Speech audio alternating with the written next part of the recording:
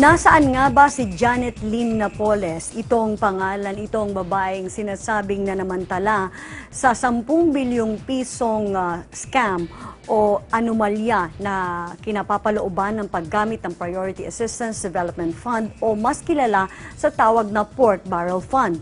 Pero ang tanong, kaya nga bang gawin lamang ito ng iisang babae at ng kanyang mga pinaghihinalaang questionable ring mga non-governmental organizations?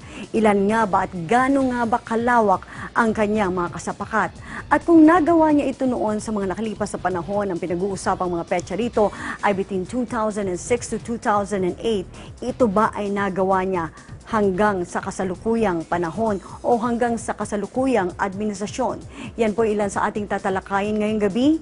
Itanong, isiwalat, ibalita.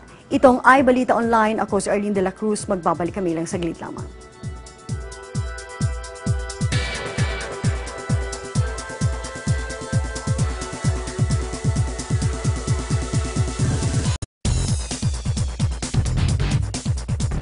Nagbabalik ang iBalita Online. Maraming kwento, maraming inaangking mga pangyayari sa kanyang buhay.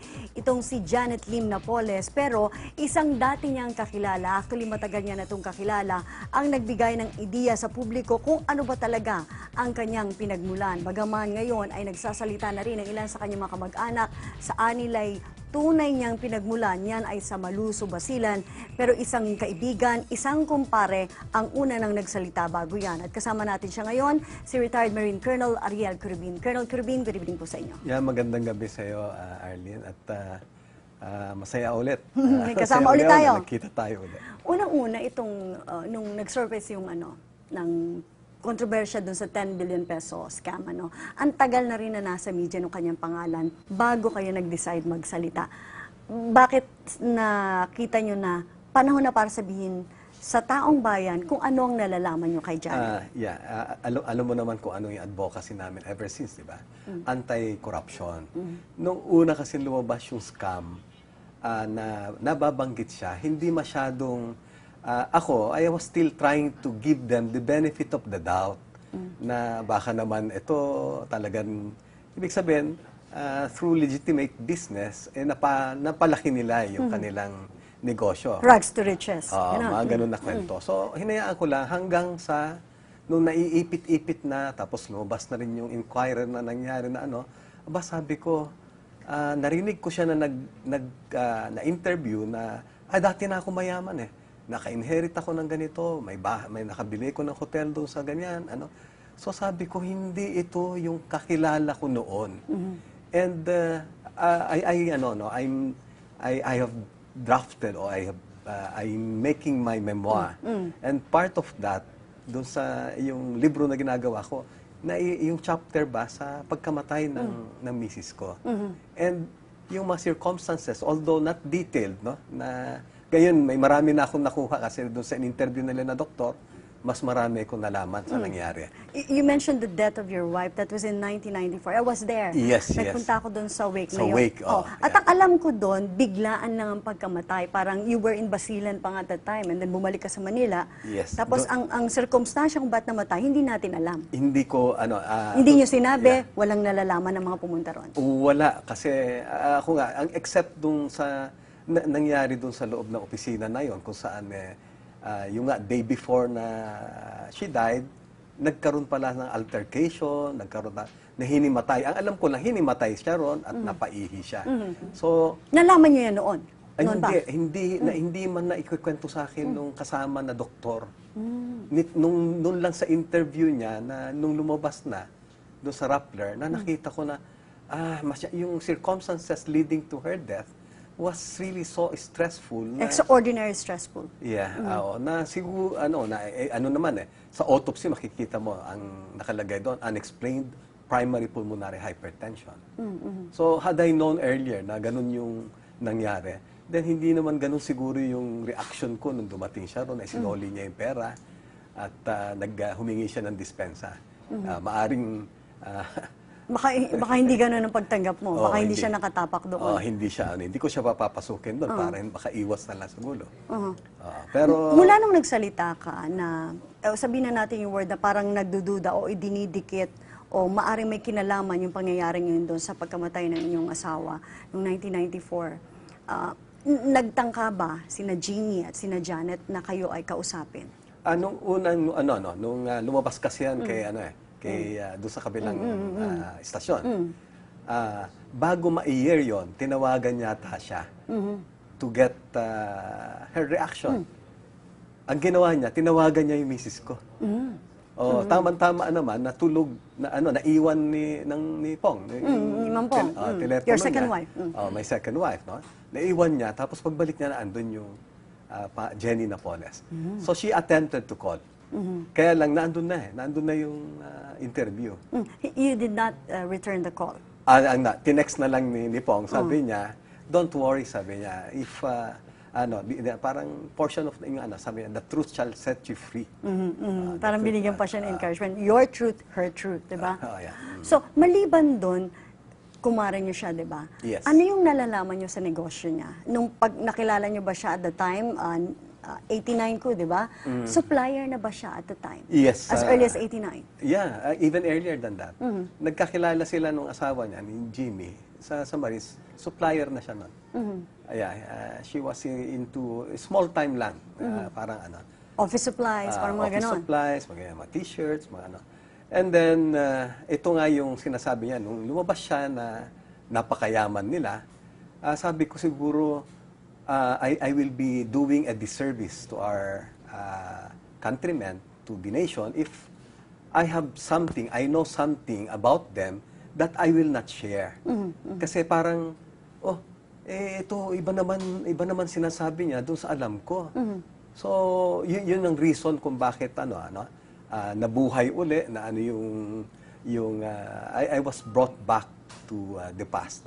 Kumbaga yung pahayag niyo, sabi ko nga, naglagay ng perspektiba sa kung ano yung pinagmulan niya. Kasi mahalaga yun eh. Sinasabi niya na old rich sila, di ba? Yes. Na dati na silang mayaman. Yes. Pero independent sources of mine and you coming out confirms na hindi yun Hindi ang yan. tunay na Yeah. kwento. O, sige, supplier siya.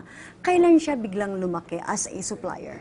Yun ang hindi ko alam. Kasi yun nga yung sinasabi ko, no? Na pinapakita ko lang na she was a struggling supplier. Kasi kung mayaman siya, di dapat hindi niya tinataguan yung Pinagkakautangan niya. pinagkakautangan niya, pinagkunan niya ng pera. At kung mayaman siya, hindi rin siya magkukumbinsi ng mga tao manghihiram ng pera kasi mayaman na siya. Hindi niya kailangan ng extra funding. Yes, kasi marami na siyang pera. So that is exact opposite of what she's claiming to be. Na super rich sila, mayaman na. Given na maliban sa inyo na member ng Philippine Marines, so dating member ng Philippine Marines, marami rin nakakakilala sa kanya sa hanay ng Philippine Navy at Philippine Marines. Yes, Bakit of hindi course. nagsasalita ang iba? Hindi ko rin, I don't I will want not to, want to speak for them. I don't want to pass judgment na sabihin ko na, pero nataon lang kasi na ako, I have a story to tell. Yung iba siguro, wala naman, Ako kasi, namatay yung misis ko, na pwede ko sabihin na day before na namatay yung misis ko, naniningil sila sa kanya, at yun yung, na Kumbaga after that, kinalimutan nyo na sila mag-asawa. Hindi na ako hindi na kami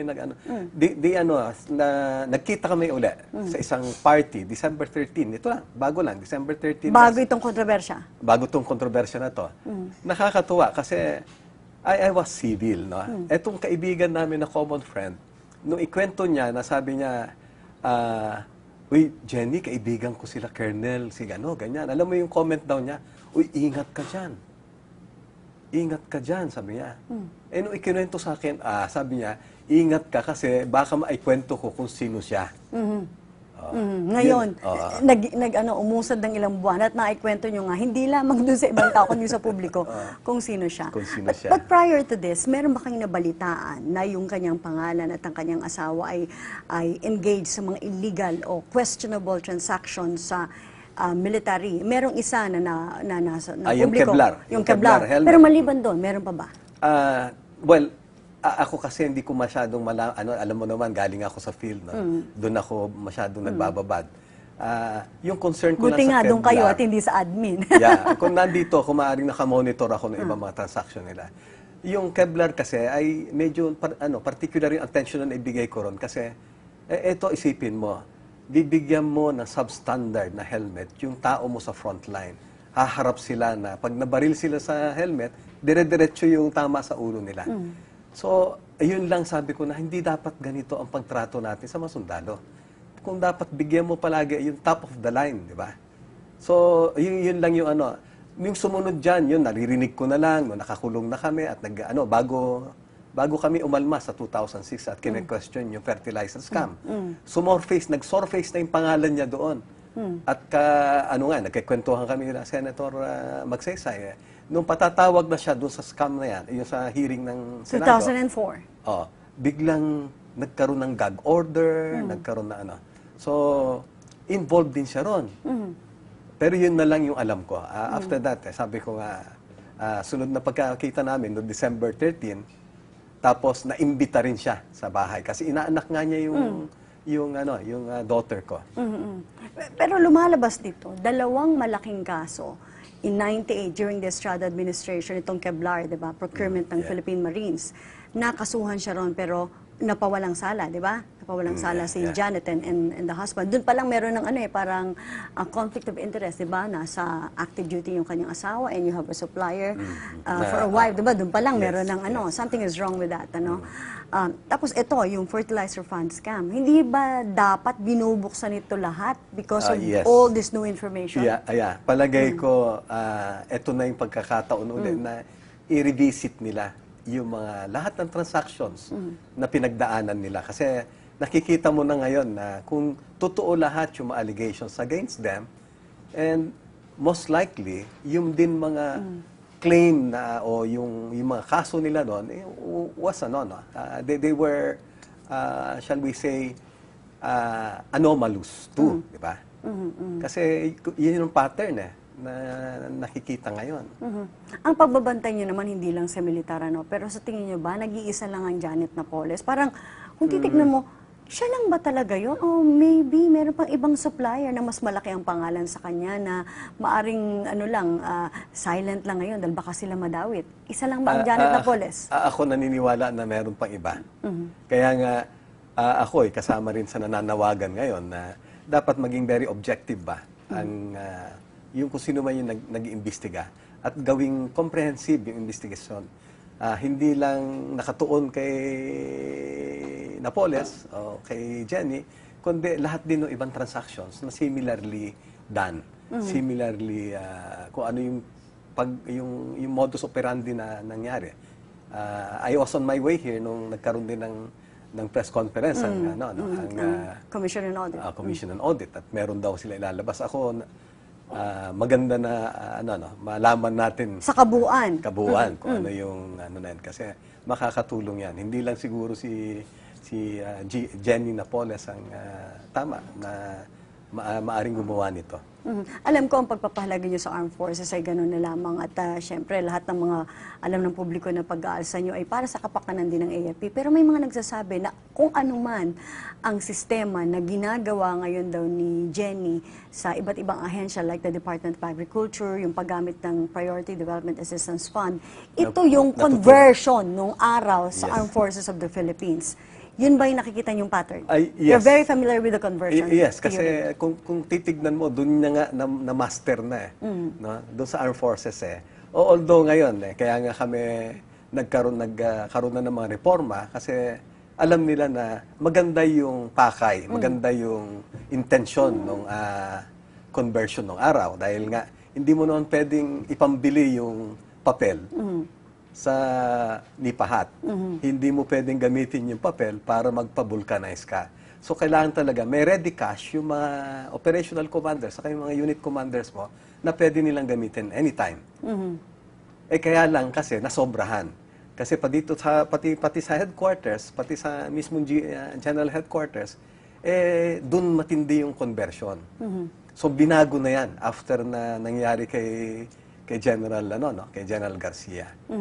Pero yun yung nakikita niyong pattern dito sa inilalatag do sa kwento ng mga witnesses na hawak ng NBI, parang conversion to in a different platform, bigger platform. Yes, kasi ito, kung gusto mo, lalapitan ka yata, yun ang Based dun sa mga nababasa natin, lalapitan ka, cash na.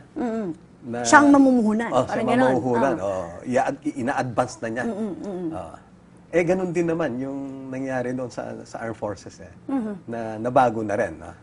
Noon, for example, darating yung pondo sa field, battalion commander ako. Pagdating sa doon, darating niya na object class niya is office supplies.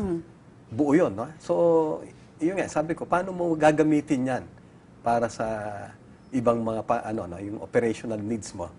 Di i-convert mo. So, pag lalapit mo yan sa isang supplier, 20% yung kakaltas niya. Kung mabait-bait siya, kakaltasan niya ng 16%. Pero yung mga doon, yung mga resibo, na yan, pinepeke na yun. Talagang, kumbaga hindi nangyari talaga na. Tingala sa buwan na lang. Yun ang ginawa din dito sa mga pondo na allegedly na nagamit nila, na ginawa nila. Hindi niya to pwedeng gawing mag-isa. May mga ahensyang involved dito. Definitely. Parang ang lumalabas kasi parang, ito walang kinalaman tong ahensyang ito. Parang nag-ano lang sila, nagre-refer. Ang pondo nang galing lang sa mambabata. So wala rin silang kilalaman dito dahil may request lang. Parang ang lahat ng ito, kontrolado ng isang private individual, samantalang ang pondo may isang pangunahing ahensyang pinanggagalingan, the Department of Budget and Management. Anong pananagutan nila rito? Ako, kung titignan mo, hindi naman pwedeng gawin lang ni kung imposible. Kung granting nga na totoo lahat yung mga allegations against her, hindi niya kakayanin na siya lang mag-isa.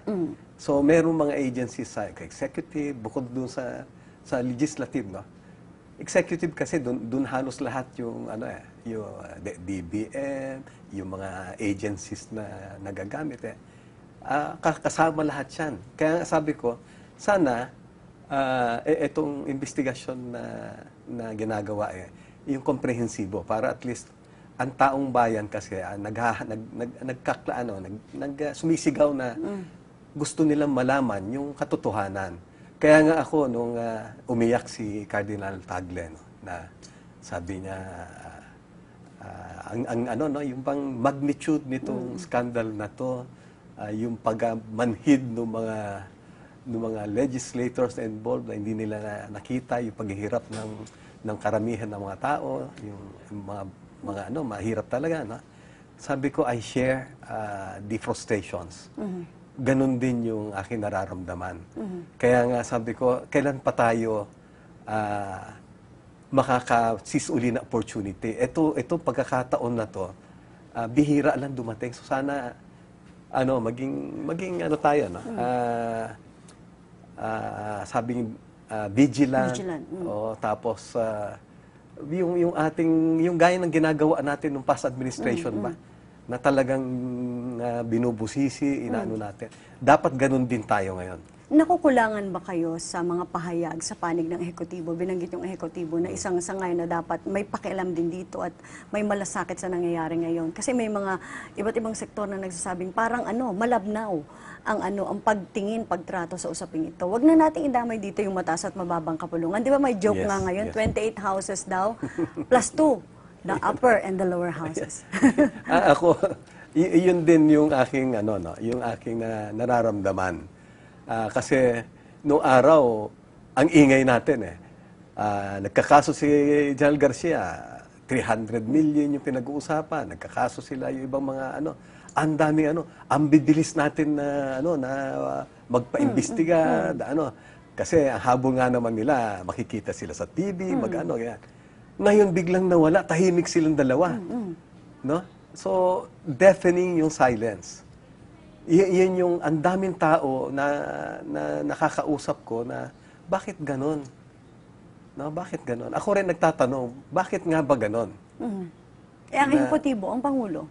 Well, ako, in fairness, no, ito nakikita natin kasi na naglalabasan lahat. Walang mga gag order, walang effort sa side niya na pigilan yung mga nag-iimbestiga.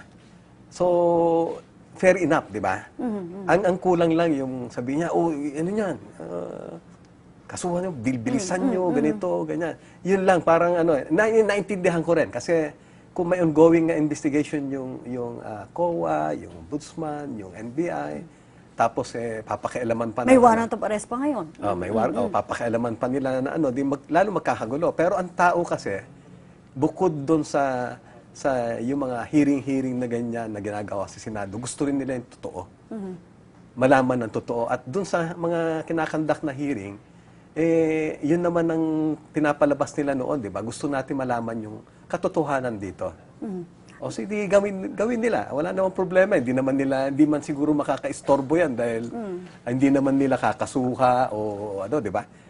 Maaring later on, after ng mga hearings nila, forward nila kung ano yung recommendation nila, nandun din naman sa ombudsman, o ipagdudugtungin na lang nila, di okay lang, di ba? Kaya lang, masyadong tahimik. Kaisa ba kayo dun sa mga naniniwala na dapat nang alisin ang pork barrel fund? Honestly sa akin, kasi ito lahat ng source nung evil, no?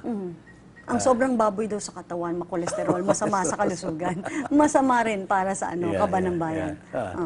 Kita nyo, sa Senado, sino ba hindi tumatanggap noon, di ba? Si Senator Ping Lacson, saka si Senator Arroyo. Pero they were able to do their mandated task. Okay lang naman yung ano nila. They were able to legislate laws. So, maaring ako, kung kaya nung iba, bakit hindi naman yung iba gawin din? Para at least sabihin natin na para later on, yun lang siguro kasi karamihan sa kanila, ang habol lang nila yung PDAF. Colonel, marami pong salamat and thank you for putting perspective dito sa pinakamahalagang tanong, ano nga ba ang pinagmulan ni Janet Lim Napoles. Marami pong salamat. Maraming salamat din sa Alin. Si Colonel Ariel Crubin po ang ating nakasama. Ang iBalita Online ay magbabalik lang saglit lamang.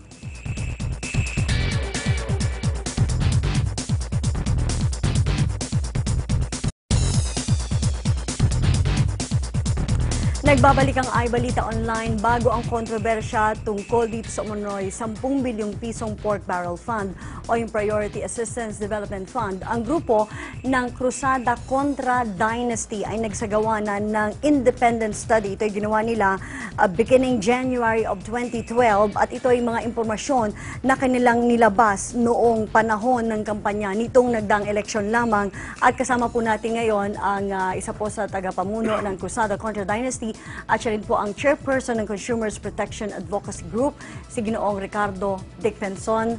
Sir, magandang gabi po sa inyo. Magandang gabi, Arlene. Unang-una po, salamat, pinaunlakan nyo kami noon. Alala ko kayo ay nagsasalita tungkol dito sa PDAP noong panahon ng kampanya during this election period. Pero parang hindi kumagat yan. Ito pala yung sinasabi nyo. Ito ba'y related dun sa binubunyag nyo noon? Yeah, it's directly related dahil nung sa kampanya sinasabi na namin lahat ito, ngunit nakikita natin na hawak talaga ng mga nangangasiwa ng kanilang mga PDAP. Hawak nila talaga ang mainstream media natin, kaya hindi ito lumabas. Sinubukan namin ilabas ito, pati yung mga paid ads namin did not even make it to the programmed release. So lahat ito, there was a concerted effort talaga na pagtakpan itong mga kalokohan na nangyayari. Pero kailangan talaga magkaisa na ang taong bayan at pag-usapan na ito at hiyain yung mga talagang may kasalanan. Mahiyaman kayo sa anak ninyo, mahiya kayo sa mga kapwa ninyo. Dahil sobra na itong nangyayari. Yung pangalan ni Janet Lim Napoles, yan ba'y natisod nyo? Lumabas ba yan doon sa independent investigation na ginagawa nyo as early as January of 2012? Well, actually, hindi directly doon sa study. Natisod na namin to si Napoles, panahon pa nung when we were dealing on my private business activities, we had a company, Defense Resources. We were dealing with the armed forces. Lumabas na yung Napoles. And this was way back back in the 70s. 70s? 80s and 90s. No? Late 80s and 90s. Hindi na kami sumasali sa bidding pag nandyan dahil alam namin lutuan na. We only had 3 total transactions with the armed forces. And all of those, we made sure that the armed forces was secured do sa budget nila. Tapos nabalitaan na namin itong helmet scam. Kevlar, 1998. Yung fake Kevlar helmets. Tapos marami pa. She used to run also the canteen in the Marine Corps. So, marami siyang natutunan dyan, lalo na yung mga conversion. Siya ang naging master conversion expert ng Armed Forces. And then, because of that, she started developing a network. And lumaki talaga yan nung panahon ni GMA. Although she was not alone in that activity, there were other people, pero she became the biggest. And because she was the biggest during GMA's time, it got to a point that she was really controlling billions and billions of pesos. Now, but now, you know, the most difficult... How was she able to do it during the time of GMA? Well, ganon, yung mga NGOs, yung layering ng NGOs, she would even use sometimes the NGO set up by the members of Congress themselves. Dahil karamihan ng mga congressmen natin, may sarili ding NGOs nila. So, gagamitin niya yung... she's very flexible. So, alam nila yung kung paano talaga... The ins and outs. Yeah, the ins and outs. Nakabisado na niya yan, yung the art of conversion. PDAF, this PDAF scam is actually conversion. It's all just paper trail. Halos wala nga paper trail. Voucher lang yun daw eh. Oh, very difficult to prove. Itong yung mga deliveries, kagaya fertilizer, sinabi nilagay na sa lupa. How can you even prove na hindi nilagay? Dahil wala na yung lupa na yun. Nabuhusan na ng tubig, umulan na. Hindi. And ang pinipili nila talagang Kaya, ang malungkot nito, marami tayong mga kaibigan, marami tayong taong bayan talaga na nag-set up ng real, actual, down-to-earth, sincere foundations and people's organizations na walang nakuha kahit 5. Itong operasyon niya, malaki. Pero ito ba, sabi niyo nga, at maraming naniniwala, hindi naman niya ito pwedeng gawing mag-isa. Kung malaki siya at malakas siya nung panahon ni GMA, ito ba'y nagpatuloy sa kasalukuyang administrasyon at paano niya ito nagawa? The same resources, the same network? Yes, natuloy nga yan. In fact, it wasn't as big anymore as during GMA's time dahil may mga bagong players na pumasok mula nung 2010. Meron tayong mga alam na apelido ngayon. In due time, ilalabas natin to pati sa NBI. Kailangan pag-aralan din nila, pag-isipan at imbestigahan itong mga to. I can name 4, not now, but because our lawyer said wag muna, and then it has to be done by an affidavit to the NBI, which we will do in due course under the Consumers Protection. Dahil sa laki ng pera, we're talking, ito na lang last 3 years, lagay mo na lang from 24 to 27 billion a year. Wala pang wala pang 20% or 30% ang actual na nakikinabang ang taong bayan. 70% ang binubulsa ng mga magnanakaw na katulad ni Napoles tsaka ng mga senador at kongresista natin. That is a very big allegation. How do you prove? How do we prove that? It is a very big allegation. It is true. Tingnan mo, basahin na lang natin. Ang DBM, ang ating COA, dapat talaga, tingnan talaga. And we should mandate lahat ng members ng Congress natin from the 15th Congress or even prior to that, from the 12th Congress to the current 16th Congress, lalo na yung mga re-electionists, they should come out in the open and say, this is where my PDAF went. Tingnan natin kung talagang, let's have our own independent audit. Let's have our COA audit. Let's form an independent people's audit. And I can be sure wala pang 30% ng pera ang mahahanap natin. At mahahanapan natin. Dahil at mabe-verify natin ang mabe-verify pinuntahan. natin. Hindi lang sa PDAF yan eh. Meron pang mga insertions lang nila, yung sa Malampaya Fund. There's so many sources na talagang ninanakawan nila tayo ng husto. Ano ang dapat ipaliwanag dito ng ahensyang pinagmumula ng pondo, like the Department of Budget and Management? Kasi sa kanila nagsisimula ang SARO di ba? Yun yung SARO na nagiging basis ng request for funds sa mambabatas at sa mga agencies like the Department of Agriculture. Ano pananagutan doon? At pwede bang may kasapakat doon mismo si Janet Napoles and for others that you mentioned? Well, recently nalaman natin na si Pangulong Aquino hininga ng explanation, si Abad at si Alcala. Explain ninyo saan napunta itong mga SARO na inisyu ninyo sa mga fictitious NGOs. napakadali naman itong mga to na mag-release ng bilyon-bilyon piso ni hindi nila checkin yung background nitong mga to. May mga totoong NGOs na ilang taon na, kita mo yung mga ginawa nilang tulong sa taong bayan, hindi bigyan ng 5 dahil hindi mo kilala yung congressman, hindi mo kilala yung secretary ng DBM. Dito sa atin, naging personality-based na lahat eh. Tapos mag-ingay ka, sour graping ka. Gusto mong tumulong at napakita mong nakatulong ka na, second class ka dahil wala ka sa puder. Sinubukan mong sumama na nasa loob ka so you can implement the change from within, papasukan ka ng 60-30-10. Lahat ito scam eh. This is a country, tayo na yata, we're the capital of scam in the world. And we should not even be proud of it. Whatever little Filipino, whatever, kahit sinong Pilipino siguro, kung gusto mo ipagmalaking Pilipino ka, kailangan maapektuhan ka na itong nangyayari na to. May pupuntahan ba itong mga investigasyon na ito? May warrant of arrest na si Janet Lim Napoles.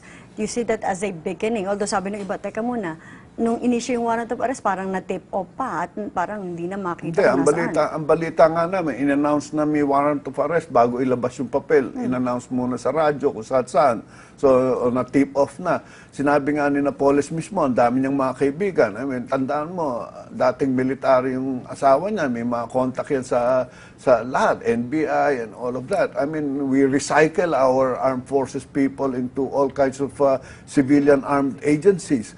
So, lahat to meron silang network. At talo ang network ng mga taong bayan sa network nila. Dahil mas marami na silang pera, mas may pakinabang pa sila. Tayo, kung kikilos tayo, na dapat, dahil for la patria, sa mahal natin ang bayan natin, kikilos tayo, baka pahuli ka pa ng NBI dahil nanggugulo ka. O lalagyan ka pa ng pulis. Nirelease namin ng eleksyon, yung oil smuggling. Anong ginawa? Hinanap yung pamilya ko kung anong negosyo namin, nalaman, meron kami petroleum hauling, pinasabog yung mga tanker namin. That is how our government reacts when people complain. What kind of government do we have now? Anong klase to? Sino tinutulungan nila? Sarili nila? Nakawanan lang ng nakawan. Pag nagsumbong ka, itsipwera ka. So, ibig sabihin nito, naniniwala kayo na wala itong pupuntahan? Sa tingin ko, kung hindi nila gagawin talagang yung ang enforcement nito at pag-igihin muna, i-freeze lahat ng pork barrel for the next, let's say, 24 months, 2 years, or this habang Congress, ongoing ang investigation. i-freeze mo, walang release i-realign mo ang pondo ng PDAF, i-freeze mo yan hanggang matuto sila na mabuhay itong napakayabang na kongresista at senador natin sa sweldo ng senador at tingnan natin, makikita mo dyan hindi nila kakayaning mabuhay. So that means saan nila kinukuha yung mga support fund nila na yan. I-freeze lang, wag na natin gastusin muna. Tapos basta meron tayong people's let's say a multilateral na may government agencies, merong people's organizations involved na kung kailangan yung pera, sila magdidesisyon. Pero wag natin bibigay muna sa kongresista dahil wala na tayong tiwala dapat sa kanila.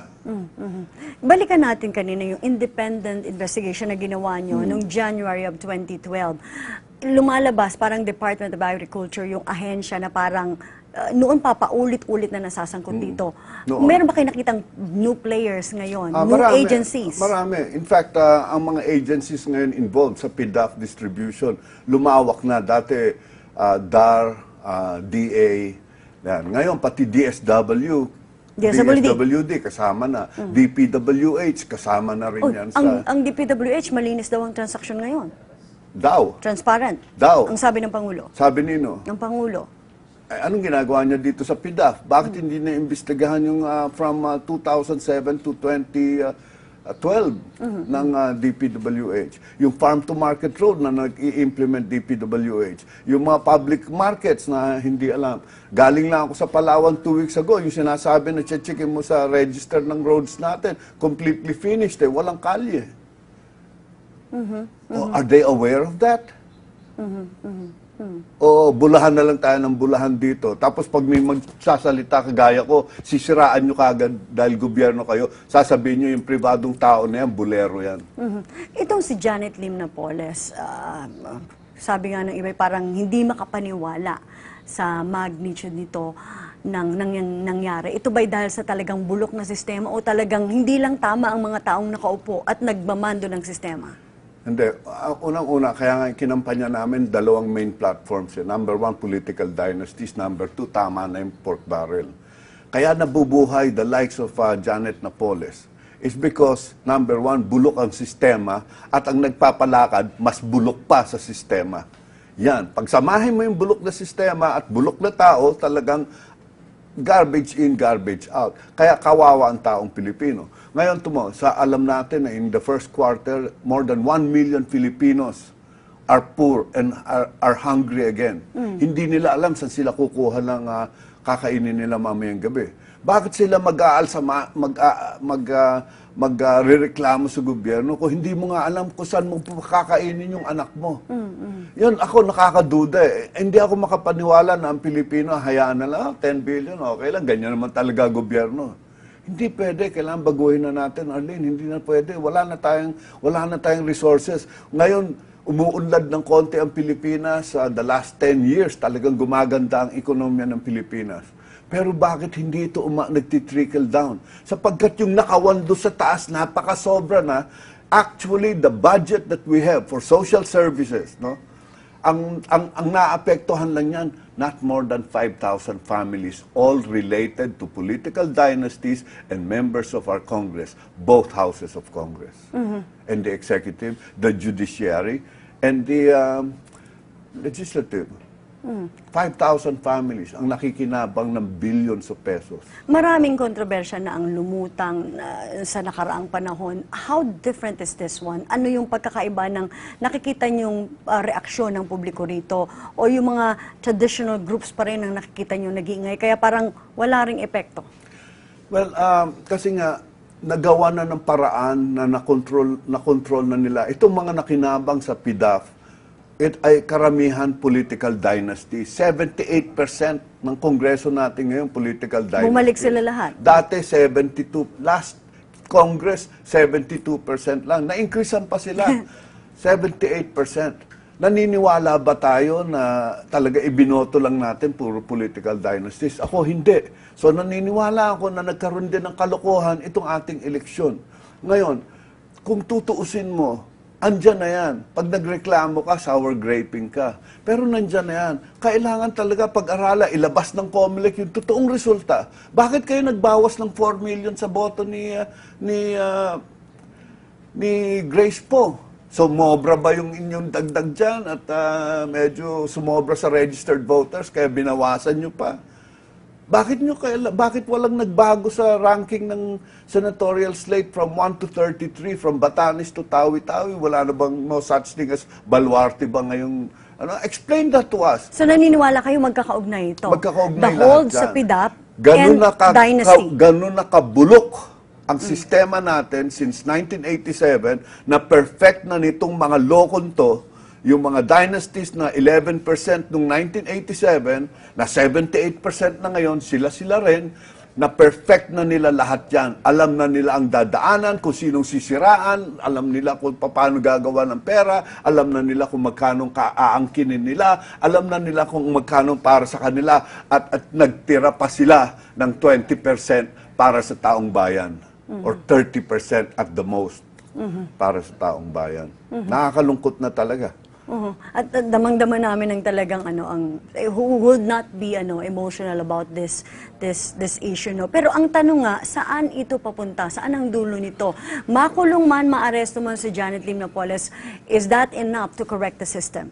It is enough to correct the system. It is a start. Pero hindi lang dapat si Napoles.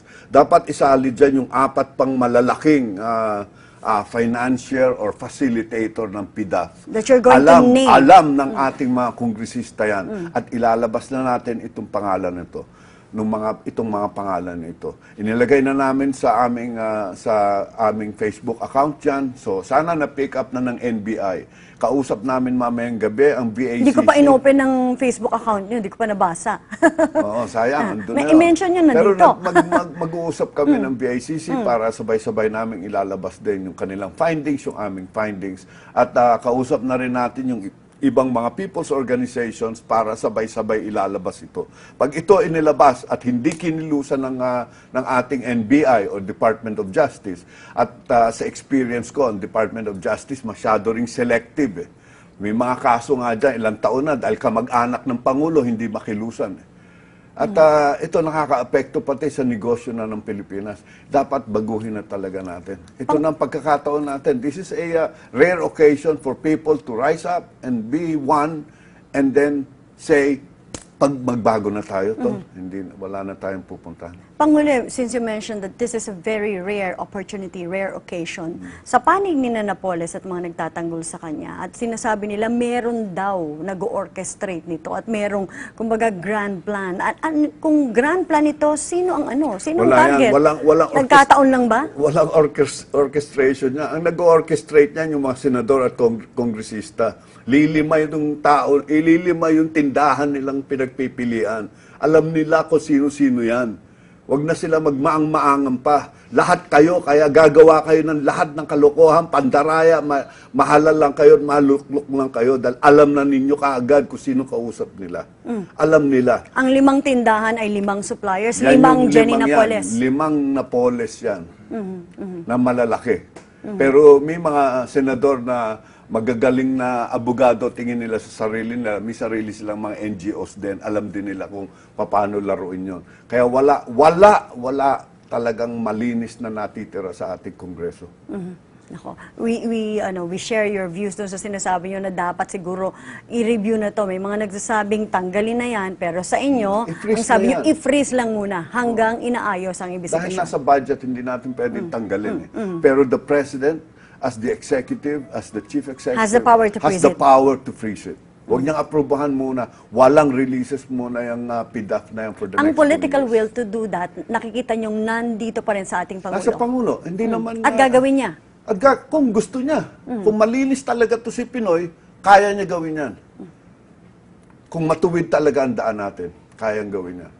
Sir, marami pong salamat sa inyong Salamat, panahon. Arlene. Ang nakausap po natin, very emotional kasi meron na silang study as early as January of 2012 na sabi nga niya kanina, natisod na nila yung pangalan ni Napoles at nakikita nila na marami pa ring players na hanggang ngayon ay nakikinabang dito sa sistema na anyay na patuloy na nagsasamantala sa ating kabangbayan, at kung totoo yung sinasabi ni Ginong Penson, lumalabas sa kanilang pag-aaral na nasa 20 to 30% lamang ng kabuang Priority Development Assistance Fund. Sa kabuang budget ito ang napupunta sa taong bayan that can be verified and can be validated. So ang usapang ito ay talagang patuloy na lumalawak, patuloy nating tututukan. Magbabalik po ang iBalita Online, ilang saglit lamang.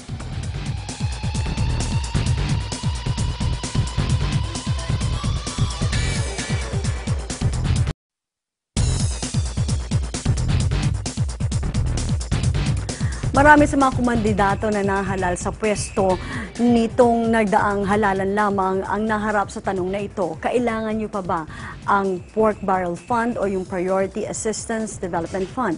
Maraming nagsabing kung sila raw ang tatanungin ay ayaw na nila ito, pero karamihan daw sa kanilang mga kapwa mambabatas ay hindi papayag na ito ay mawala. I remember Senator Francis Chis Escudero responding to a particular question related to the use of the Pork Barrel Fund. At ganun ang kanya naging sagot dito.